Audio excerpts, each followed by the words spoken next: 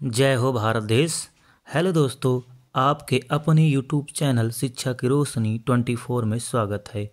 दोस्तों, आज हम लोग अपने ही बारे में, कहने का मतलब हम लोगों से ही संबंधित मानव का उद्भव एवं विकास के बारे में अध्ययन करेंगे। आखिर मानव की उत्पत्ति कैसे हुई, कहाँ हुई, किस देश में हुई, किस महाद्वीप में हुई, किस प्रजाति से हुई, इसी के बारे में हम लोग आज अध्ययन करेंगे, जो आपके एग्ज़ाम के दृष्टि से बहुत ही महत्वपूर्ण होगा। चलिए हम लोग शुरू करते हैं। मानव का उद्भव एवं विकास। मानव का उद्भव एवं विकास यानी कहने का मतलब मानव की उत्पत्ति और विकास कब हुआ, इसी के बारे में हम लोग अध्ययन करेंगे। ठीक, मानव का उद्भव। ठीक, मानव का उद्भव समझने से पहले हम चलते हैं चार्ल्स डार्विन। एक थे जिनका पूरा नाम था Charles Robert Darwin. Charles Robert Darwin की एक पुस्तक थी the origin of species. The origin of species, क्या द ओरिजिन ऑफ स्पीसीज, यहाँ अंग्रेजी में भी लिखा गया है द ओरिजिन ऑफ स्पीसीज। इसी पुस्तक में इन्होंने पहली बार मानव की उत्पत्ति एवं नई प्रजातियों के उद्भव एवं विकास को लेकर बताया था। ठीक, अब देखते हैं आगे। पृथ्वी पर मानव का उद्भव तृतीयक युग यानी तीसरे युग में हुआ था, जिसे सेनोजोइक युग कहते हैं। क्या कहते हैं? सेनोजोइक युग। सेनोजोइक युग में जो है मानव का उद्भव हुआ, यानी मानव का जन्म हुआ, कह लीजिए एक प्रकार से। ठीक, इसी सेनोजोइक युग से संबंधित है टर्शियरी युग। टर्शियरी युग के अंतर्गत आता है, क्या आता है? प्लायोसीन काल। इसी प्लायोसीन काल में जो है मानव का जन्म हुआ था। ठीक, तो आपके परीक्षा में पूछा जाएगा कि मानव का उद्भव किस युग से माना जाता है, तो मोस्ट इम्पॉर्टेंट पॉइंट हो जाएगा, क्या हो जाएगा? तृतीयक युग। क्या हो जाएगा? तृतीयक युग, जिसे सेनोजोइक भी कहते हैं। अगर विकल्प में सेनोजोइक है तो सेनोजोइक पे टिक लगाना है, सेनोजोइक नहीं है तो टर्शियरी पर लगाना है, टर्शियरी भी नहीं है तो प्लायोसीन काल पर हम टिक करके आगे बढ़ेंगे। ठीक, आइए हम ग्राफ के माध्यम से समझते हैं मानव की उत्पत्ति एवं विकास। क्या? मानव की उत्पत्ति एवं विकास को एक ग्राफ के माध्यम से हम लोग समझते हैं। चलिए सबसे पहले देखते हैं उत्पत्ति। जो मानव की उत्पत्ति हुई थी लगभग 3.5 करोड़ वर्ष पूर्व हुई। कब हुई थी? लगभग 3.5 करोड़ वर्ष पूर्व हो गई थी। ठीक, उस समय कौन सा युग चल रहा था? तो युग चल रहा था टर्शियरी युग। कौन सा युग चल रहा था? टर्शियरी युग। कौन सा युग चल रहा था? टर्शियरी युग।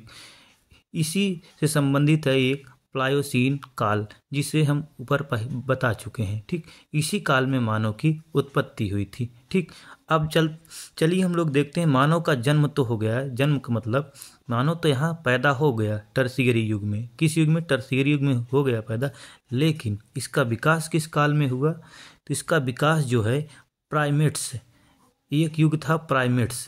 प्राइमेट्स का मतलब होता है स्तनधारी जीवों का समूह। जिस समय स्तनधारी जीवों के समूह का विकास हुआ, उसी समय जो है मानव का भी विकास धीरे धीरे शुरू हो गया। आइए प्राइमेट्स के बारे में थोड़ा हम जानते हैं। आखिर इस प्राइमेट्स का उद्भव कहाँ हुआ? तो प्राइमेट का उद्भव जो है एशिया में हुआ। कहाँ? एशिया और अफ्रीका में हुआ। कहाँ हुआ? एशिया और अफ्रीका में हुआ। एशिया और अफ्रीका में हुआ। एशिया और अफ्रीका में जो नर वानर पाए गए थे, नर वानर, इसी से जो है प्राइमेट्स का उद्भव माना जाता है। और इन्हीं नर वानरों से होमिनाइड जो हर क्रमिक विकास में आपको मिलेगा होमो, इसी होमिनाइड से जो है होमिनिड बना है। ठीक, इसी होमिनाइड से होमिनिड बना है। इन्हीं वानरों से होमिनिड उत्पन्न हुए, जो बाद में होमिनिड का रूप ले लिया। ठीक, चलिए अब एक प्रश्न जो है आपके परीक्षा में बार बार पूछा जाता है, जो कि बहुत ही महत्वपूर्ण है। क्या है, बहुत ही महत्वपूर्ण यानी वेरी वेरी मोस्ट इम्पॉर्टेंट है कि मानव का जन्म स्थान किस महाद्वीप को माना जाता है। तो मानव का जन्म स्थान जो है अफ्रीका महाद्वीप को माना जाता है। ठीक, अफ्रीका महाद्वीप से एक प्रश्न ये भी पूछा जाता है, बता दें कि यह अंध महाद्वीप है। क्या है, अंध महाद्वीप है। ठीक, अफ्रीका महाद्वीप को अंध महाद्वीप भी कहा जाता है। आपके एग्जाम में पूछा जाएगा तो आपको टिक लगाना है अंध महाद्वीप। ठीक, यह दुनिया का दूसरा सबसे बड़ा महाद्वीप भी है। ठीक, ये भी एग्जाम में आएगा तो आप लगा दीजिएगा टिक। दुनिया का दूसरा महाद्वीप कौन सा है, तो अफ्रीका पे आपको टिक लगाना है। ठीक, अब एक प्रश्न परीक्षा में कई बार पूछा जाता है, मोस्ट इम्पॉर्टेंट है, मानव सभ्यता का पालना किसे कहा जाता है। तो एशिया को कहा जाता है। किसको कहा जाता है, एशिया को कहा जाता है। जो अफ्रीका में मानव मिला था वो आदिम मानव था, यानी जंगलों में रहता था, नंगे पुंगे रहता था, ठीक, बिना वस्त्र के घूमता था। लेकिन जो एशिया में मानव के साक्ष्य मिले, जीवाश्म मिले, ऐसा पुरातत्वविदों का कहना है कि ये यहाँ के जो मानव थे सभ्य थे। चलिए आगे चलते हैं। अब प्राइमेट्स पे आते हैं भी। आखिर प्राइमेट्स में कौन कौन आता है, तो प्राइमेट्स में कौन कौन प्रजाति आती है। तो प्राइमेट्स में आती है वानर, लंगूर, गौरिल्ला, चिंपांजी, ओरंगटान आदि। ठीक, यहाँ वानर से एक प्रश्न बनेगा जो कपि भी कहा जाता है। यहाँ से बनेगा कि मानव का पूर्वज किसे कहा जाता है। मानव का पूर्वज यानी मानव का पूर्वज किसे कहा जाता है, कपि को कहा जाता है। किसको कहा जाता है, कपि को कहा जाता है। किसका पूर्वज, मानव का पूर्वज। कई बार परीक्षा में सीधा सीधा प्रश्न आ जाता है कि मानव का पूर्वज किसे कहा जाता है। तो आपके ऑप्शन में होगा वानर, लंगूर, गोरिल्ला, चिंपांजी। तो आपको कौन सा टिक लगाना है, कपि पर टिक लगाना है। किस पे टिक लगाना है, कपि पर टिक लगाना है। चलिए आगे देखते हैं। यही जो वानर है यानी कपि है, इसी से रामापिथेकस नामक जो है नर वानर की उत्पत्ति होती है। इसका जीवाश्म जो है पहली बार कहाँ खोजा गया, अफ्रीका में। इसका जीवाश्म पहली बार कहाँ खोजा गया रामापिथेकस का, तो अफ्रीका में खोजा गया। कब खोजा गया, 200 करोड़ वर्ष पहले लगभग। डेट से कोई मतलब नहीं है। ठीक, ये वैसे लिख दिया गया है। ठीक, कई किताबों में आपको अलग भी मिलेगा, इससे कन्फ्यूजन होने की कतई ज़रूरत नहीं है। डेट आपके एग्ज़ाम में नहीं पूछा जाएगा। ठीक, ये तो समझ विकसित करने के लिए आपके अंदर जो है इसको लिख दिया गया है। चलिए अगला पॉइंट है जो मोस्ट इम्पॉर्टेंट है। देखिए रामापिथेकस जो है इसका जीवाश्म अफ्रीका में खोजा गया। तो विश्व के संदर्भ में भारत में कब खोजा गया, तो भारत में 1930 में खोजा गया। कहाँ खोजा गया, शिवालिक पहाड़ियों पे। कहाँ खोजा गया, शिवालिक पहाड़ियों पे। किसने खोजा था, रिचर्ड लेवी महोदय द्वारा। ठीक, तो प्रश्न आएगा भारत में जो है रामापिथेकस के साक्ष्य कहाँ प्राप्त हुए, तो आपका आंसर होगा शिवालिक। क्या होगा, शिवालिक। क्या होगा, शिवालिक। चलिए आगे चलते हैं। जो यह मानव था 4 पैरों से चलता था, 4 पैरों से चलता था। ठीक, अभी तक हमने देखा कि यह मानव जो है 4 पैरों से चल रहा है, लेकिन इसमें अभी तक मानव के गुण नहीं दिखाई दे रहे। चलिए अगला पॉइंट देखते हैं। इसकी मुख्य विशेषता यह थी कि जबड़ा मनुष्य के समान या जबड़ा मनुष्य के समान था। इसका जो है जबड़ा किसके समान था, मनुष्य के समान था। जो रामापिथेकस था इसका जबड़ा किसके समान था, मनुष्य के समान था, जिस कारण इसे मानव का आदि पूर्वज भी कहा जाता है। क्या कहा जाता है, मानव का आदि पूर्वज भी कहा जाता है। इसमें जो है मानव के समान जो मानव का जबड़ा है वैसे ही इसका जबड़ा था। किसका, रामापिथेकस का। किसका, इसीलिए इसे मानव का आदि पूर्वज कहा जाता है। ठीक, अब ये जो रामापिथेकस है इसकी 2 प्रजातियां थी। क्या प्रजाति, 2 प्रजाति। कितनी प्रजातियां थी, 2 प्रजातियां थी। रामापिथेकस की कितनी प्रजातियां थी, 2 प्रजातियां थी। एक जो चली गई जंगल क्षेत्र में यानी जंगली क्षेत्र में चली गई, उसे नाम दे दिया गया महाकपिवर्ग। क्या नाम दिया गया, महाकपिवर्ग। क्या नाम दिया गया, महाकपिवर्ग दिया गया। ठीक, जो दूसरा गई मैदानी क्षेत्र में, कहाँ चली गई, मैदानी क्षेत्र में, उसे नाम दिया गया ऑस्ट्रेलोपिथेकस। क्या नाम दिया गया, ऑस्ट्रेलोपिथेकस।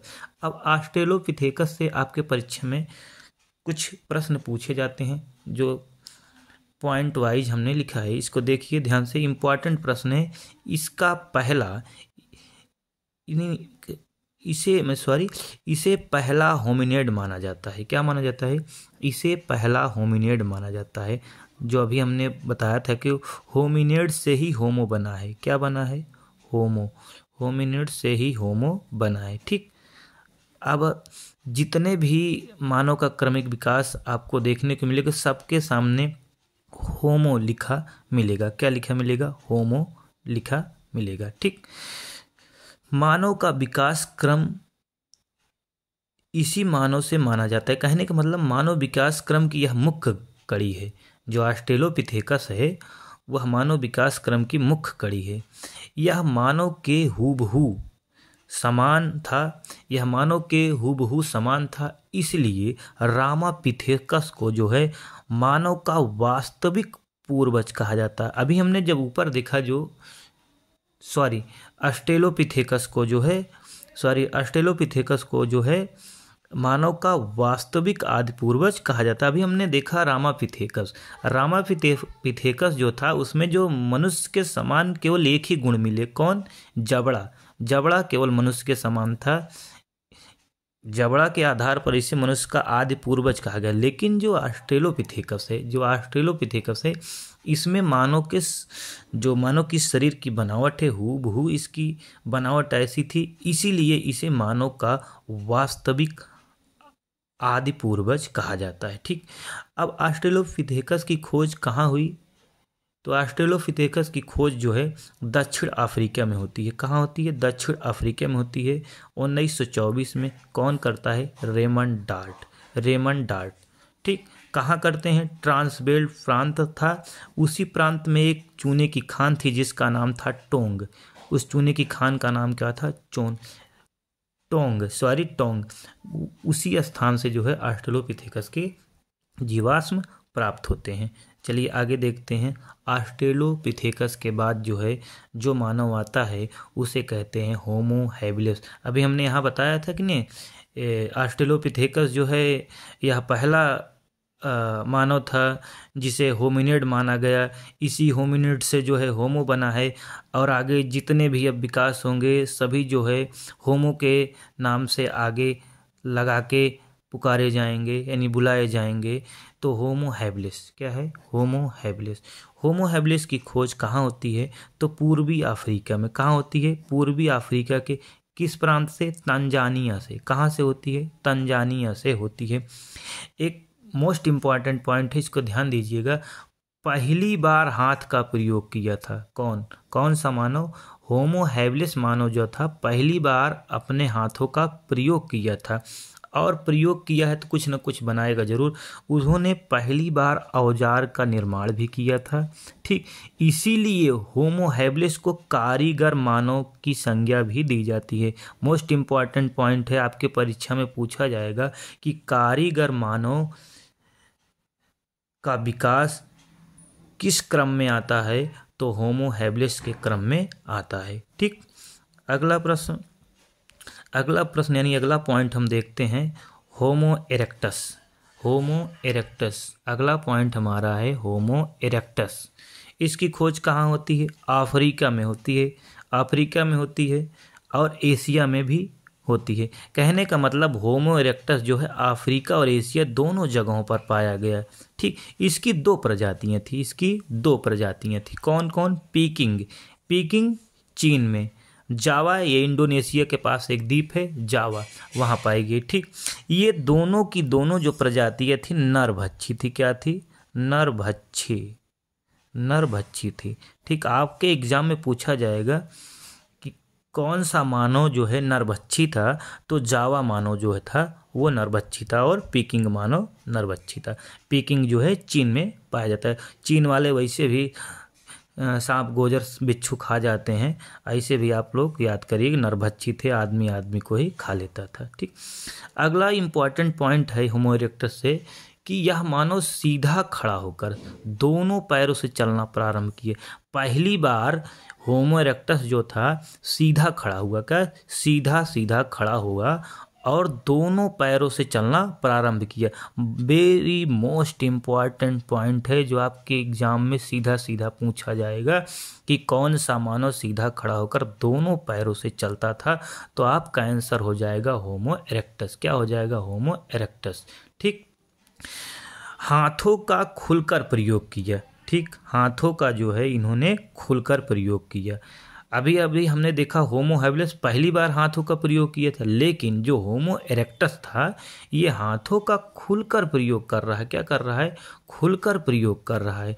तो प्रश्न बनेगा हाथों का खुलकर प्रयोग कौन सा मानव किया था? तो होमो इरेक्टस मानव किया था। ठीक, अगला पॉइंट है, वेरी मोस्ट इम्पॉर्टेंट पॉइंट है जो आपके परीक्षा में पूछा जाएगा कि आग की खोज किस मानव द्वारा की गई? तो आग की खोज होमो इरेक्टस मानव द्वारा की गई। ठीक, किस पत्थर से की गई? चकमक पत्थर।